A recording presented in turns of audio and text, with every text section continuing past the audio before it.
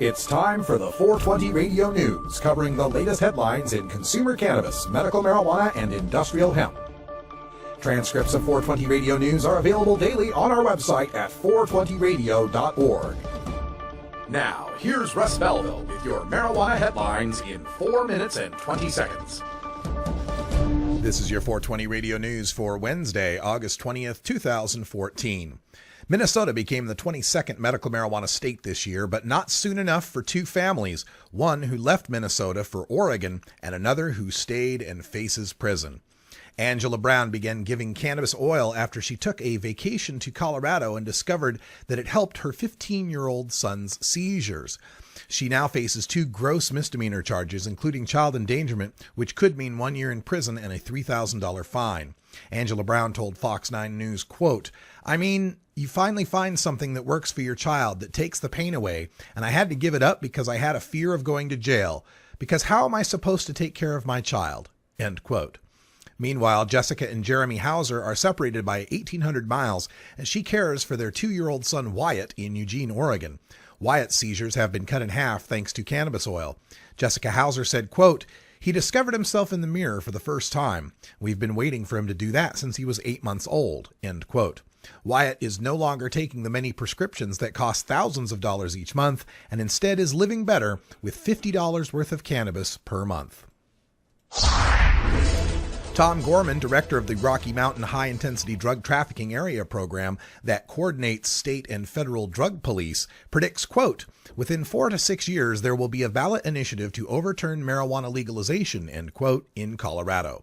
Gorman bases his prediction on the new release of data from his agency showing an alleged 100% increase in, quote, people killed in marijuana-related accidents, end quote, over the last 5 data years.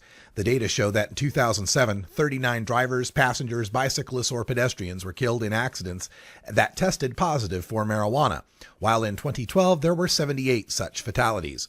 Gorman failed to mention that during that 5-year span, fatalities overall dropped 15%. Furthermore, marijuana is detectable for weeks, and what difference does the pot found in the system of a passenger, bicyclist, or pedestrian killed by a driver make anyway? The fight to legalize Alaska is on the ropes in the polls. The latest public policy poll released this month shows legalization trailing 44% to 49%. Support has fallen 4 points over the summer as the poll in May showed legalization leading 48% to 45%. The state's constitution already protects the personal possession of a quarter pound and 25 plants in the home, and legal markets may be too much for the state's conservatives, who made up 43% of those polled. Only a third of conservatives and a sixth of strong conservatives support Alaska legalization. Shockingly, even among voters aged 18 to 29, support is only 48%. A new study in the Journal of Alcohol and Drug Dependence claims that those who use pot heavily as teens are more likely to end up on disability. The study followed 50,000 men drafted into the military service in Sweden in 1969 and 1970.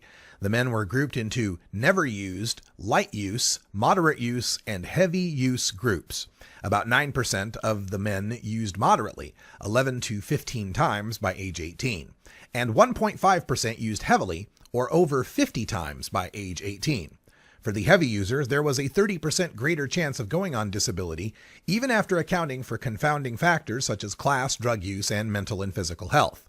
However, of the 654 heavy users, 4 out of 5 also used other drugs, leaving just over 130 who were marijuana users only.